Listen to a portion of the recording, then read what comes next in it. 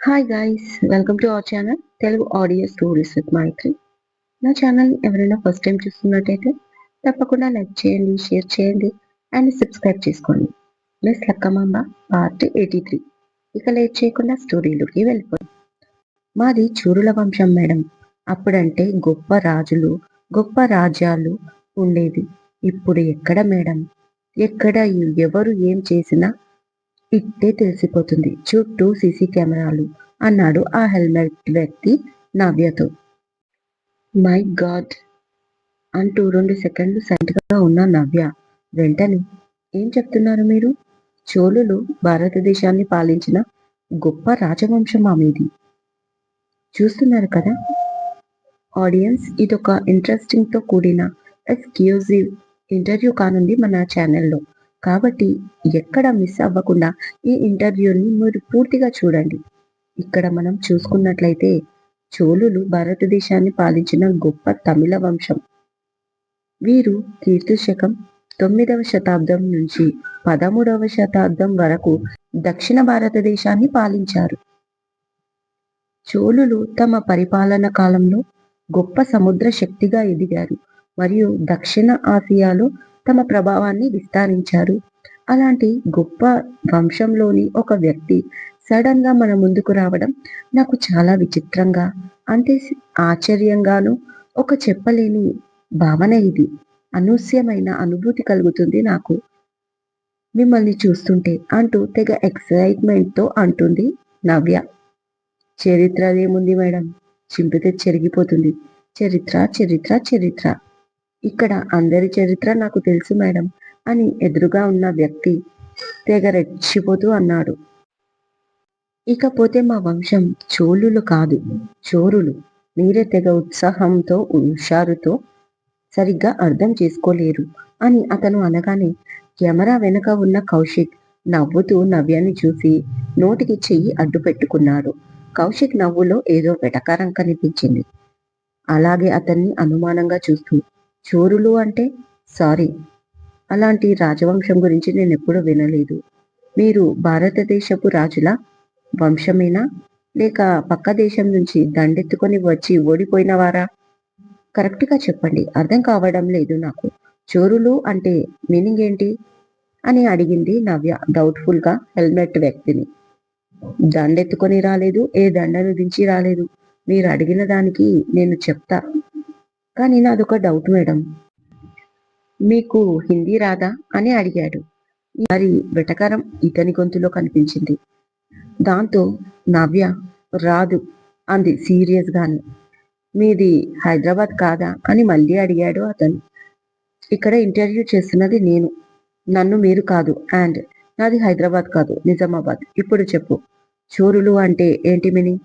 ఇది రాజుల వంశం కాకపోతే మరి ఏం వంశం అని అడిగింది చాలా సీరియస్ గా. మీకు హిందీ రాదు కాబట్టి అర్థం కాలేదు, ఇక్కడ అందరికీ అర్థమైంది. చోరులు చోరు అంటే హిందీలో దొంగ అనే అర్థం. మాది గొప్ప గజ దొంగల వంశం అంటూ అసలు విషయం చెప్పాడు ఆ హెల్మెట్ వ్యక్తి. వెంటనే మాట్లాడుతున్నావు, వాట్? నువ్వు నువ్వు ఒక దొంగవా అంటూ గట్టిగా అరిచింది నవ్య సీటు పై నుంచి లేస్తూ. మేడం మేడం, ఎందుకు మేడం అంత కంగారు? కూర్చోండి. పైగా మీరు ఇంటర్వ్యూ చేస్తే ఎదుటి వాళ్ళు అరవాలి, కానీ ఇక్కడ మీరే అరుస్తున్నారు. ఇప్పటి వరకు రాజు అంటే ఉన్న మర్యాద నేను దొంగను అనేసరికి అది లేకుండా పోయిందా? ఏ చరిత్రలో రాజులు మాత్రమే ఉన్నారా, దొంగలు లేరా? ఏ దొంగలకు మర్యాద లేదా? నేనేమైనా మీ ముందు దొంగతనం చేశానా? మీ ఇంటికి వచ్చి దొంగతనం చేశానా? దొంగ అంటే చాలు అంతలా గుడ్లు తేలేస్తున్నారు. మిమ్మల్ని కాదు, ఈ సమాజాన్ని ప్రశ్నిస్తున్నాను. ఏ సమాజంలో దొంగకి బ్రతికే హక్కు లేదా? దొంగ అనేసరికి అంటరాని వాడిలాగా చూస్తారా? మాకు కూడా రెక్కాడితేనే డొక్కాడుతుంది. మేము మీలాగే కష్టపడి దొంగతనం చేస్తాం. అంటే దొంగతనం కూడా మాకు ఒక వృత్తే, అది కూడా మాకు కష్టంతో సమానమే. ఇకపోతే మీలాగే మీ వృత్తి మీ పెద్దల నుంచి మీకు వస్తే మా వృత్తి కూడా మా పెద్దల నుంచి వచ్చింది. మీదైతే వారసత్వం. ఏ మాది కాకూడదా వారసత్వం? పైగా మనం చేసే వృత్తిలో దైవాన్ని చూడాలి అంటారు. నేను కూడా నా దొంగతనంలో దేవుణ్ణి చూస్తున్నాను. ఆ మాటకొస్తే అల్లరి కన్నయ్య చిన్నగా ఉన్నప్పుడు వెన్న దొంగతనం చేశాడు. పెద్దయ్యాక గోపికల చీరలు, వస్త్రాలు దొంగతనం చెయ్యలేదా? ఆయన దేవుడయ్యాడు. మేము కేవలం మనుషులమా? మమ్మల్ని ఎందుకు వివక్షగా చూస్తారు? ఇకపోతే మీరు ఆలోచించాల్సిన అంశం అంటూ కెమెరా వైపు చూసి అనాదిగా మారని ఒక వైనాన్ని చెప్తాను వినండి. డబ్బున్నోడు ఎప్పటికీ డబ్బున్నోడిలాగే ఉండిపోతున్నాడు మీ సమాజంలో. అదే పేదవాడు పేదవాడిలాగే ఉండిపోతున్నాడు, పైకి వెళ్ళిపోతున్నాడు. నేను దొంగతనం చేసేది పేదవాడి దగ్గర కాదు, ముమ్మాటికి కాదు, డబ్బున్నోడి దగ్గర. ఇప్పుడు చెప్పండి, నేను దొంగనా? మీ దృష్టిలో దొంగలు మంచివాళ్ళు కారు, కానీ దొంగలలో కూడా మంచి దొంగలు ఉంటారు నాలాగా అని నాన్ స్టాప్ గా కెమెరాకు చెప్పి చెప్పి ఆ ఆయాసం తీర్చుకున్నాడు ఆ చోరుడు. అంటే మిమ్మల్ని మీరు సమర్థించుకుంటున్నారా? చాలా కోపంగా అడిగింది నవ్య. అసలే సోషల్ వర్కర్, పైగా సామాజిక బాధ్యత తెలిసిన పర్సన్ కదా, ఇంకా కోపం వస్తుంది తనకి. లేదు మేడం, సమర్థించుకోవడం లేదు. కాకపోతే నా పాయింట్ ఆఫ్ వ్యూలో కూడా మీరు ఒకసారి ఆలోచించండి, చూడండి అంటూ మళ్ళీ స్పీచ్ అందుకున్నాడు. ఏ చరిత్ర చూసినా ఎంతసేపు రాజులు, రాణులు, రాజ్యాలు, మంత్రులే ఉండాలా? మాలాంటి వాళ్లకు చోటు లేదా మీ చరిత్రలో? లేక ఉండకూడదా? ఎప్పుడైనా కానీ ప్రపంచంలో మంచి చెడులు రెండు ఉంటాయి. ఒక మంచి మాత్రమే ప్రపంచంలో ఉంటే ఇక దానికి విలువేముంది? చెడు కూడా ఉంటుంది, కాబట్టి మంచికి విలువ. రాజు అనేవాడు సక్రమంగా రాజ్యాన్ని పాలించాలి. అంటే రాత్రిళ్ళు మాలాంటి దొంగలు కాపు కాసి దొంగతనం చేస్తేనే మమ్మల్ని పట్టుకొని జైల్లో వేసి ఒక మంచి రాజుగా పేరు తెచ్చుకుంటాడు ఆ రాజు. అంటే నేను చెప్పేది ఒకటే, చెడు ఉంటేనే మంచికి విలువ. కేవలం ప్రపంచంలో మంచి మాత్రమే ఉంటే ఇక దానికి విలువెక్కడిది అన్నాడు ఆ చోరుడు. ఇక అంతే, అతనితో మాట్లాడడం వేస్ట్ అనుకున్న నవ్య వెంటనే స్మాల్ బ్రేక్ అంటూ బ్రేక్ ఇచ్చేసి కెమెరా ఆఫ్ అవ్వగానే కెమెరా ముందుకు వచ్చి కౌశిక్ దగ్గర నిలబడి స్ట్రైట్ గా చూస్తూ, అసలు ఏమనుకుంటున్నావు నువ్వు? మీరందరూ కలిసి నా ఉద్యోగానికి నీరాజనం పలికిద్దాం అనుకుంటున్నారా? మీ కంటికి పిచ్చిదాన్లా కనిపిస్తున్నానా? అంటూ వెంటనే ఫోన్ తీసుకొని శౌర్యకి ఫోన్ చేసింది. మధ్యలో నన్నంటావే, మీ అన్నయ్య కదా, అతనే నీకు ఇతన్ని అప్పగించమన్నాడు అన్నాడు నవ్వుతూ కౌశిక్. తన కోపాన్ని బాగా ఎంజాయ్ చేస్తున్నాడు. ఎందుకంటే ఎప్పుడూ కాన్ఫిడెంట్ గా ఉండే నవ్య ఇవాళ కంగారు పడుతుంటే భలేగా అనిపించింది. అలా కూడా చాలా క్యూట్ గా ఉంది అనుకున్నాడు కౌశిక్. మా అన్నయ్య చెప్పింది, నువ్వు తీసుకొచ్చే వ్యక్తి మా అన్నయ్య పైన ఆరోపణలు చేసిన ఆ సావిత్రిని బయటికి తీసుకొస్తాడు అని. అంతే తప్ప దొంగతనాలపై పిహెచ్డి చేసి ఒక డిగ్రీ హోల్డర్ని తీసుకొచ్చి నన్ను ఇంటర్వ్యూ చెయ్యమని కాదు. నేను ఏదో ప్రోగ్రాం మొదలు పెడితే ఆ ప్రోగ్రాం ఎక్కడికో వెళ్ళిపోయింది. ఇప్పుడు బాస్ నుంచి నాకు కాల్ వస్తే నేను ఏమని సమాధానం ఇవ్వాలి అంటూ శౌర్యకి ఫోన్ డయల్ చేస్తుంది నవ్య చాలా కోపంగా. ఏ సావిత్రి, ఏం చేస్తున్నావే అంటూ తన స్నేహితురాలు సావిత్రికి ఫోన్ చేసింది. ఏం చేస్తాను, ఇప్పుడే బిర్యానీ తిని యూట్యూబ్లో సన్నగా అవ్వడానికి ఎక్సర్సైజ్లు ఏమున్నాయో అని చూస్తున్నా అంటుంది సావిత్రి. బిర్యానీ తిన్నాక ఎక్సర్సైజ్లు ఎందుకు, కానీ నీకు ఒక విషయం చెప్పడం మర్చిపోయా. ఇందాకే టీవీ చూస్తుంటే ఏ వార్తా టీవీలో నీ బ్లాక్ టికెట్ గొంతులా వినిపించింది అనగానే, ఏం మాట్లాడుతున్నావే, బ్లాక్ టికెటా అంటూ పైకి లేచింది సావిత్రి ఆత్రంగా. ఎందుకైనా మంచిది అని ఫోన్ చేశాను.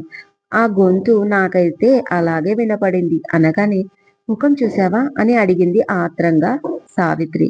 ఎక్కడా, ముఖానికి హెల్మెట్ పెట్టుకున్నాడు, అందుకే ముఖం కనిపించి చావట్లేదు, కానీ గొంతు మాత్రం అచ్చం అలాగే ఉండి చచ్చింది. ఎందుకన్నా మంచిది అని నీకు ఫోన్ చేసి చెప్తున్నా అంటూ న్యూస్ ఛానల్ పేరు చెప్పి కాల్ కట్ చేసింది ఆమె. ఇక సావిత్రి ఆలస్యం చేయకుండా TV66 ఛానల్ పెట్టుకొని కూర్చుంది.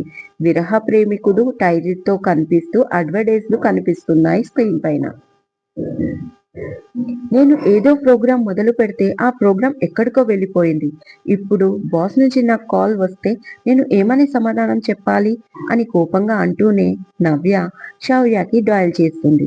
కానీ శౌర్య ఫోన్ నాట్ రీచబుల్ వస్తుంది. అబ్బా అనుకుంటూ ఉండగా ఎందుకు ఇంట్రెస్టింగ్ ప్రోగ్రామ్ ని లైవ్ లో ఆపేశావు అని అప్పుడే వచ్చిన ప్రోగ్రామ్ డైరెక్టర్ అండ్ ఫ్రెండ్ అయిన మనీషా వచ్చి అడిగింది.